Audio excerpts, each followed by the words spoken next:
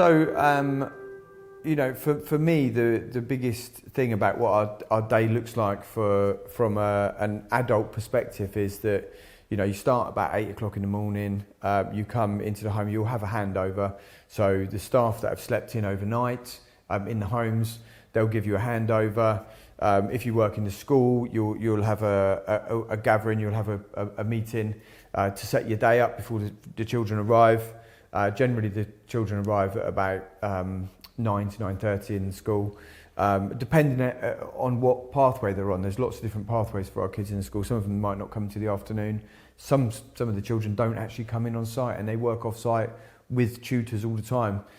If you're an off-site tutor, your day will be so varied. You could be one-to-one with a young person. 1 minute you could be, you know, potentially in London looking at the Shard, and then, you know, the next minute you could be sitting on a canal in a canoe. It's so varied. We try and, when we say that we build the curriculums around our children, we try and give them everything that they would really want to enjoy, so that when they enjoy and achieve, you know, we can then start building those relationships and that trust, because that's how we get them to come into school. When we set the school up, and when I set it up originally, the only goal really was 100% attendance, and we achieved that. Early on, we achieved that all the time. And then we realised we weren't really a school, because we were more like a youth club, but everyone was growing, and that's amazing. That's what schools should really do, is grow people. Obviously there has to be a sufficient level of education within that. We've got some kids in our school now that are like geniuses. And we've got other children that are, you know, have got amazing skill sets with, you know, whether they're artistic or whether they're, you know, they're gifted in different ways with emotional empathy or just strength of character. They're going to be future leaders. And I think that, you know, a day in a school is just incredibly rewarding. But, you know, essentially, if you get young people coming in, they don't want to be there.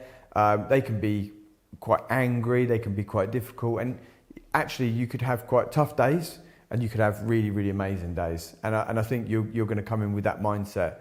In the homes, I think, you know, a day in one of our homes is, I mean, in a nutshell, you're going to come in and, you know, if it's a weekend, you're going to try and run that house and organise that house. So it's like a family home, you know, so the kids might have a little lie-in, you might cook a breakfast, you might go out for breakfast. You might go to, if it's the summer, you might go to the seaside for the day. You're always going to be planning. For me, getting our kids out doing stuff all the time is really good, because I've worked with so many children now. They've never done stuff. They've never had opportunities. I picked one boy up from a London borough years and years ago. Never been to the beach. He'd never had sand between his toes in his entire life. He was 17 years old. You know, he's from Barnet. I mean, it's not that far from the sea, you know. So actually, before we'd even got back to the house, I literally drove straight to Clacton. We just added a few extra 100 miles to the journey, and we took him to the beach just so he could see the beach, you know, with his own eyes and not on a telly.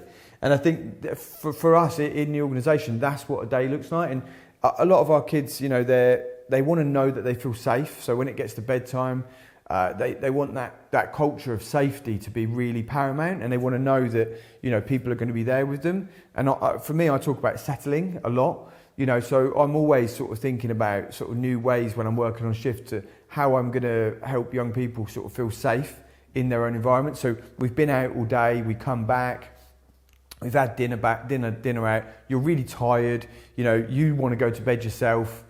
If you get a little bit frustrated at that point, you could cause all sorts of issues with those young people. So what, you know, you need to just go, okay, right, what am I going to do to help this young person see? So for me, sometimes it would be reading a book. It's settling time. You know, I would often I've spent hundreds of hours sitting in children's doorways of their bedrooms, 1 foot in the room, 1 foot out of the room, waiting for them to fall asleep so they feel safe. You know, and, you know, sometimes to the detriment of me a little bit, because I'm exhausted, I'm knackered, I've been pushed around that day, I've had all sorts of stuff going on.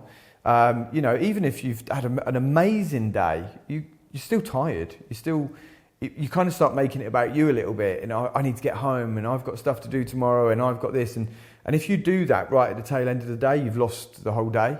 You've got to really be focusing on what you're doing there in the job in hand, which is making those kids feel safe. You know, I sort of pride myself on always being able to make kids feel safe when I'm in that environment. And I think if children will sleep better. A lot of our job, people don't realise this, a lot of our job is around sleep.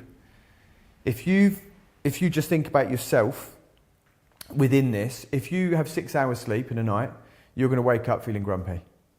You're going to feel tired all day and you're going to be grumpy. If our children should have more sleep. So an average 12-year-old should be having 10 hours sleep a night.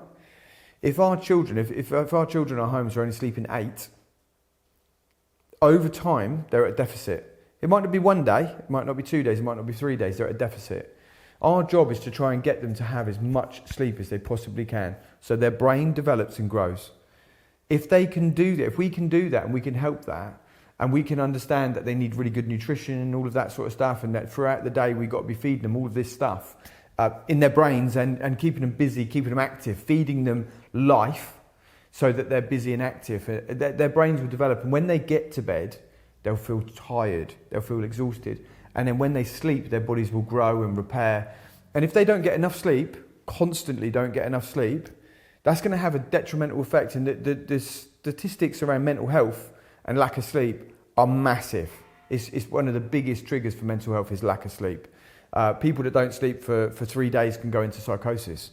You know, it's quite simple. Just not sleeping for 3 days could put somebody in a manic episode. So somebody who didn't even have that behaviour there before, they start hallucinating, all sorts of stuff. So when you've got children, I've worked with in lots of organisations all across the country where, you know, you've got kids that aren't sleeping for 2 or 3 days, and everyone's like, they're off the wall, they're doing this, they're doing... Well, really, what we need to be doing is getting them how do we get them a good night's sleep? And for me, that starts with that shift planning and what you're doing during the day, and keeping people engaged and keeping them, you know, and maybe even advocating for them with the doctors. That's why we've actually brought in our own GPs. So we do have our own GPs on site now, so that we can actually help young people with these problems as they arise.